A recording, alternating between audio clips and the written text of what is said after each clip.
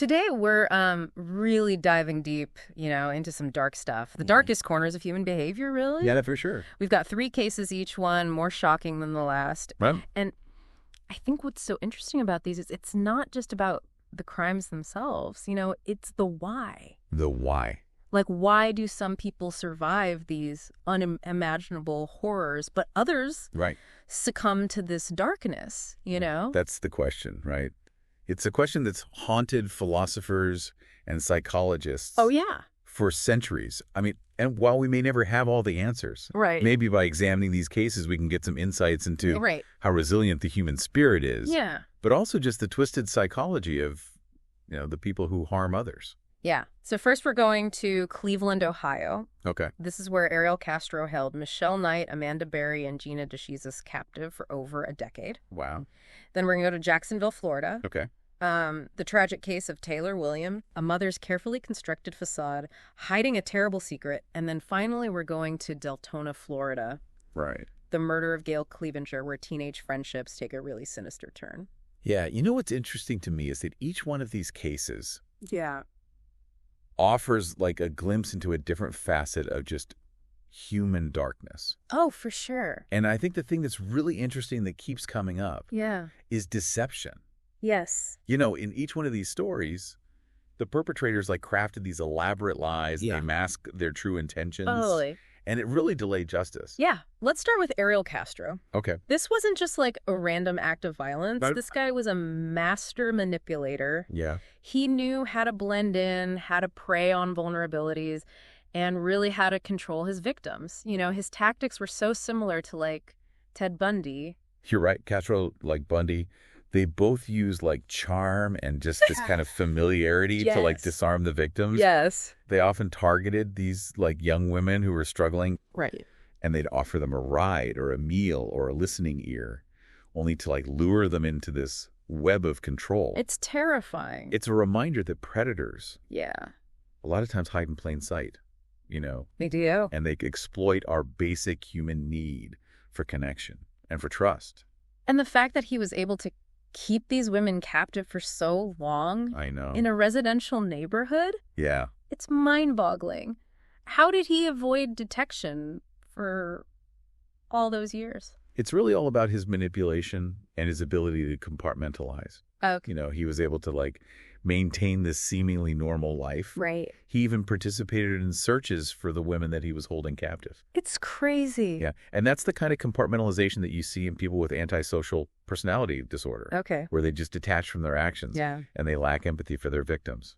It's terrifying to think about how he could be so callous to taunt the families to participate in those searches. Yeah. It's almost like he was reveling in it. Yeah. And that's a key aspect of this pathology. Okay. People like Castro, they derive a sense of power and gratification from the suffering of others. Wow. So the more that he could manipulate and control the victims, the more he felt superior. It's just sick. It is. And the details of the captivity are just horrific. Yeah. Michelle Knight, she was initially kept chained in the basement. Oh my gosh. Forced to wear a motorcycle helmet to muffle her screams. It's hard to even imagine that level of dehumanization. I know. The motorcycle helmet wasn't just about noise. Right. It was also a deliberate tactic to isolate her even more. Right. And dehumanize her. Yeah. Sensory deprivation can have a huge psychological impact. Oh, yeah. And it makes it even more difficult for victims to resist or escape. Right. It's a form of psychological torture. Yeah. That amplifies the feeling of helplessness and dependence on the abuser. And Castro impregnated Michelle multiple times, only to force miscarriages through brutal beatings. Sickening. It's just awful how he targeted her, knowing she was already struggling and isolated. Castro's actions toward Michelle were particularly cruel. Yeah. And I think it revealed a sadistic streak, Really? He seemed to get pleasure from her suffering. Wow. Maybe because her defiant nature challenged his control. Yeah, it challenged his sense of control. Yeah. And I think his actions highlight the interplay of power dynamics. Right. And psychological manipulation. It's a lot. It is. But even amidst this horror, we see these glimpses of resilience. We do. Amanda kept a secret diary. documenting her experiences, clinging to this hope of freedom. That's amazing. And that diary became a powerful symbol of her strength and determination. Amanda's diary is such a testament to the human spirit's ability to find hope in the darkest of circumstances. Yeah. It really was a lifeline, a way for her to maintain her sense of self. Her own identity. Yeah, and her agency despite these horrible conditions that she was enduring. And it provided crucial evidence against Castro. Yes, it did. I can't imagine the strength that it took to maintain that hope for so long. Yeah. And they found strength in each other too, didn't they? They did. These women, they were rivals in Castro's twisted game. Right. But they formed a bond that helped them survive. You're absolutely right. In situations of prolonged captivity, it's crucial to forge connections, even if they're fragile. Right. For survival. For survival. It provides a sense of shared experience, of mutual support, and it can even lead to acts of resistance. Yeah. And we see that in their eventual escape. And that escape was truly remarkable. It was. Amanda noticed Castro was absent. Yeah. And her door was unlocked. Oh, wow. And she seized the opportunity. Yeah. With the help of a neighbor, finally broke free. That's incredible. That 911 call is amazing. Yeah. You can just hear the terror in her voice. Right. But also this incredible determination. It's chilling. And it's a powerful recording. It is. You can hear how urgent she is. The fear that he might return. Oh, yeah. But you also hear her strength. Yeah. Her resilience. Oh, yeah. That call wasn't just her asking for help. Right. It was her declaring her freedom. Yes, it was. Yeah. And it's amazing how, after 10 years of captivity, she never gave up hope. I know. And when police arrived, Yeah. they found not only Amanda, but Michelle and Gina as well. It's like something out of a movie. I know. Unbelievable. This unbelievable moment of liberation. It wasn't just luck. Yeah. It was their strength and their unwavering will to survive. They never gave up. Never gave up hope. And when they saw the opportunity, they took it. They took it with courage and determination. It's amazing. It's a reminder that in the most desperate of circumstances, the human spirit can prevail. And while their escape was a moment of triumph, their journey to healing was really just beginning. Yeah. I mean, the trauma they endured, right. The physical and emotional scars. Those don't just disappear. Not overnight, no. Trauma has a profound and long-lasting impact. Yeah. It affects not only the individual, but also their relationships. Right. Their sense of safety, their ability to trust. It's awful. It is, and it's remarkable that these women Yeah. have been so courageous in speaking out about their experiences. Absolutely. They could have retreated into anonymity. They could have. But instead, they chose to share their stories. Right. To advocate for other victims. Yes. To use their platform to raise awareness. Or about these realities. Yeah, about abduction and abuse. Your advocacy is so important. It is.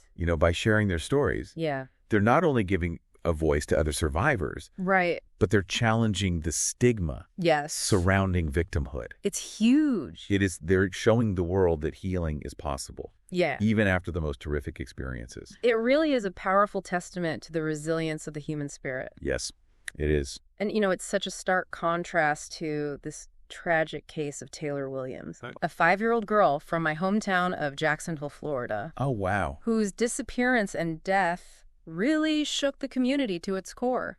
That's awful. Yeah. I mean, this case is so heartbreaking because it's a betrayal of trust. Yeah. On the most fundamental level. Yeah. The bond between a mother and a child. It's awful. It is. And it forces us to confront this reality. Yes. That even those who are supposed to protect us can be the source of our greatest harm. Exactly. Breonna Williams. Yeah. Taylor's mother. Right. She initially presented herself as this grieving parent desperate for her daughter's safe return. Yeah. But as we'll see, her carefully constructed facade hid a much darker truth. So Breonna Williams, she was a military member, seemingly a pillar of her community. Right. She reported Taylor missing, claiming she vanished from her bed. Oh, wow. In the middle of the night. In the middle of the night. But there were inconsistencies in her story from the very beginning. Yeah. And this is where the investigators, They're good. They're trained to spot these little discrepancies that most people wouldn't even notice. Totally. Like, for example, her 911 call. It didn't have that, frantic urgency yes. you'd expect from a parent whose child is really missing. Exactly. There was this unsettling detachment, like she was reading from a script. Right. And as the investigators dug deeper, they just found more and more holes in her story. Her account of moving from an apartment to a house? Right. right before Taylor disappeared. Yeah. That raised a lot of red flags. Yes. The movers that she said she hired off Craigslist, yeah, they never saw Taylor. Okay. And her claim that Taylor was staying with relatives in Alabama, Yeah. also a lie. Another lie. Every lie she told, no matter how small, chipped away at her facade. It's like she was building this house of cards. Yes. And every lie she told, another card was pulled out until the whole thing came crashing down. That's a great analogy. Yeah. And this kind of escalating deception, Yeah. it's not uncommon in cases like this. The perpetrator, they're already overwhelmed by what's happening. Right. So they resort to more and more elaborate lies just to try to maintain control. And it's sad because, that need to protect her image, it prevented her from getting the help she might have needed. Exactly. And instead, she was trapped in this web of her own making. Right. And as investigators piece together the evidence from seemingly mundane sources. Like what? Like trash surveillance footage, cell phone records. Okay. They started to uncover a chilling truth. What was it? Traces of blood were found in her apartment. Oh, no. Specifically in the bedroom closet. And that blood evidence, that was a huge turning point in the case. It was. It shifted the focus from a missing child to a potential homicide. Yes. And it really just showed the depth of her deception. She had gone to great lengths to clean the apartment. Of course. But modern forensics, they're good. They can detect even the faintest traces of blood. Wow. It's a reminder that you just can't outrun the truth. No, you can't. No matter how hard you try to conceal it. And then came the most devastating blow. Yeah. The discovery of Taylor's remains. Oh, my gosh. In a wooded area hundreds of miles away in Alabama. Wow. And the condition of the remains, it was so bad. Yeah. It was difficult to determine the exact cause of death. But the location, the way her body was concealed, it pointed to a deliberate act to cover up a crime. It's awful. It was heartbreaking. And faced with this mounting evidence, Brianna's facade finally crumbled. Yeah. While she was in police custody, she actually attempted suicide. Wow. It was a desperate act. It was. That spoke volumes about her mental state. Yeah. We can interpret that suicide attempt in a few different ways. Okay. Maybe it was a manifestation of her guilt. Right. Her inability to cope with what she did. Right. Or maybe even a last-ditch effort to get some sympathy. Yeah. It's a reminder that even in these cases where the evidence seems so clear-cut, there's a complex human story beneath the surface. Absolutely. And while we may never know what drove her to do this, her case is a warning about the dangers of deception. Right. And the consequences that can come from trying to maintain a false image. So the case of Taylor Williams, it hits close to home for me. Yeah. But the final case we're going to explore takes us to a different part of Florida, Deltona, where teenage friendships took a sinister turn. This case is chilling, because it shatters that innocence that we associate with youth. Yes. It makes us face the fact that even teenagers, with their seemingly carefree lives, are capable of these acts of cruelty. It's a story of betrayal, manipulation, and this chilling ease with which these young people could rationalize violence. It's a reminder that evil doesn't always wear a mask. Yeah. Sometimes it hides in plain sight, disguised as teenage angst, or just misguided loyalty. And this whole case revolves around the murder of Gail Clevenger by her own son, Gregory Logan, and his two friends, Brian Porras and Dylan Siglar. So it was a group of them. Yeah. Wow. And it's just really about betrayal, manipulation, and the chilling ease with which some young people can rationalize acts of violence. It's scary. It is. It's hard to believe these were just teenagers caught up in this horrific act. You have to wonder what was going through their minds. Yeah. When they were being questioned. Right. Knowing they were complicit in a murder. It is fascinating, isn't it? It is. Their reactions were all so different. Yeah. Brian, after initially denying any involvement, he broke down and confessed. He did. And he seemed to really get the gravity of the situation. Right. Expressing remorse, cooperating with the investigators. Yeah. But Dylan, he remained detached. Really? Almost as if he couldn't fully grasp what had happened. It's like he was watching it all unfold from a distance. Like he was unable to connect emotionally with the consequences of his actions. Do you think that detachment was a defense mechanism? It's possible. Yeah. Teenagers, especially when they're facing these traumatic situations. they employ a lot of different coping mechanisms. Yeah. Dissociation is one way. Okay. It's a kind of mental detachment from reality. Okay. And it's a way to protect yourself from overwhelming emotions. Right. It's like their minds are trying to shield them from the full weight of their actions. Wow. And the contrast in their outcomes is really striking. It is. Brian, who cooperated with investigators. Right. He was released. Okay. And he went on to finish high school and start college. Wow, that's great. But Dylan, he spent almost a year in juvenile detention. Really? Before being released on bond. Wow.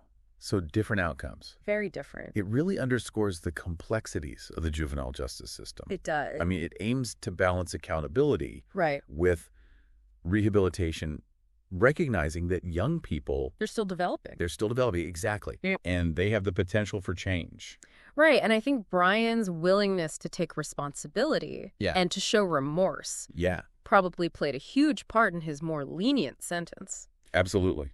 And it's interesting how even in this tragic situation, there's that element of hope. There is. That possibility for redemption. Yeah. Do you think Dylan's time in detention served its purpose?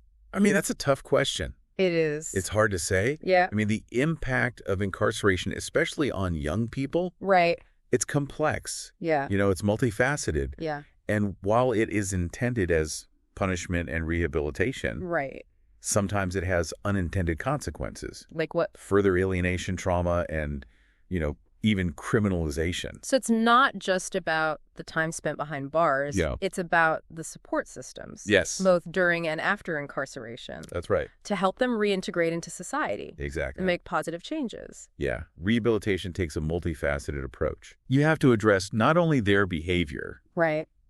But all the underlying factors, you know, the social, emotional, and environmental factors that contributed to their involvement. And I got them there. Yeah. And it's about giving them the tools and support they need to make better choices. Right, to make better choices. Yes. And what about Gregory? Yeah. He was tried as an adult. He was. And sentenced to 45 years in prison. 45 years. It's a reminder that actions have consequences. They do. And that even teenagers can be held accountable for their crimes. Gregory's sentence reflects how serious his crime was. Right. And the fact that it was calculated. Yeah. And it also sends a message that society won't tolerate this violence. Like, especially in the family. Yes, especially within the family. Yeah. I think the decision to try him as an adult really stemmed from the fact that it was premeditated. Right. And that he didn't show any remorse. Right. Which are all factors that suggest a higher risk of him doing it again. It's a reminder that even though they're young, they're capable of making adult decisions. They are. And they have to face the consequences of those choices. Absolutely. Yeah. The juvenile justice system recognizes that adolescents and adults are different developmentally. Right. But there are some crimes. Right. Especially ones involving violence and premeditation that warrant a harsher response.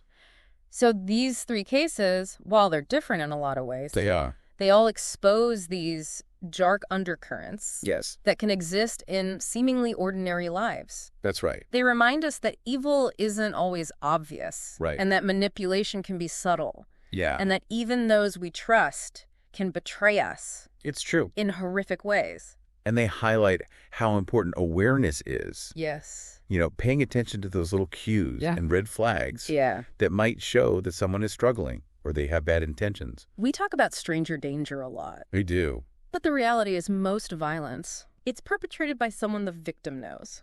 Someone they know. So it's not just about being wary of strangers. No. It's about being attuned to what's happening in our own families. Right. Our friendships, our communities. Exactly. It's about having open communication. Yes. Where people feel safe to express their concerns. Yeah. To ask for help when they need it. Yes. And to challenge behaviors that just don't seem right. It's about creating a society where people feel empowered to speak up. Yes. To intervene. Yeah. To break the silence that so often surrounds abuse and violence. You're so right. Silence enables abuse. It does. When we ignore warning signs. Yeah. When we dismiss red flags. Yeah. Or we just stay silent when we see injustice. Right. We become complicit in this cycle of violence. So what can we do to break that cycle? I think, first of all, educate yourself. Okay. Learn about all the different kinds of abuse. Yeah. The warning signs. Yeah. What resources are available for victims. Okay. Second, be observant. Pay attention to the people in your life. Yeah. The people who might be vulnerable or isolated. Right. And trust your gut. Yeah. If something feels off. It probably is. It probably is. Don't be afraid to ask questions. You know, it sounds so simple. It does. But we hesitate to speak up. We do. Especially when it comes to, challenging authority. Right. Or confronting something uncomfortable. You're right. A lot of times we're conditioned to avoid conflict. Yes. To not rock the boat. But sometimes rocking the boat is exactly what's needed. It is. If you see something concerning, don't be afraid to speak up. You might be the only one who does. You might be the only one. And your voice could make all the difference. And what about intervention? Yeah. What if we suspect that someone is being abused? Right. Or is at risk of hurting themselves or others? Right. What steps can we take? It's really important to intervene safely. Okay. Direct confrontation may not be the best way to go. Yeah. Especially if you're worried about your safety or the victim's safety. Yeah. Document what you see and what you hear. Okay. Report it to the right people. Okay. Law enforcement, child protective services, or adult protective services. Okay. Reach out to organizations that specialize in domestic violence or child abuse. Okay. Offer support to the victim. Yeah. Let them know they're not alone. Right. Let them know there's help out there. And even if you aren't sure what to do, yeah, doing something is better than doing nothing. Absolutely. Even a little act of kindness. Yeah. Like listening or just a word of encouragement. Right. That can make a huge difference in someone's life. It can. We all have a responsibility to look out for each other. We do. To create a world where people feel safe. Yes. Supported. Yeah. And empowered to break free from the cycle of abuse. As we wrap up this deep dive, yeah, it's clear that these cases, while they're tragic and disturbing, right, they really offer valuable lessons about people. Yeah. They challenge us to face that darkness that can lurk beneath the surface of normal life. That's right.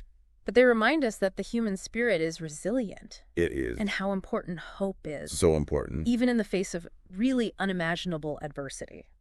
You said it perfectly. Thank you. These cases are a stark reminder that we all have a role to play in creating a safer and more just society. I agree.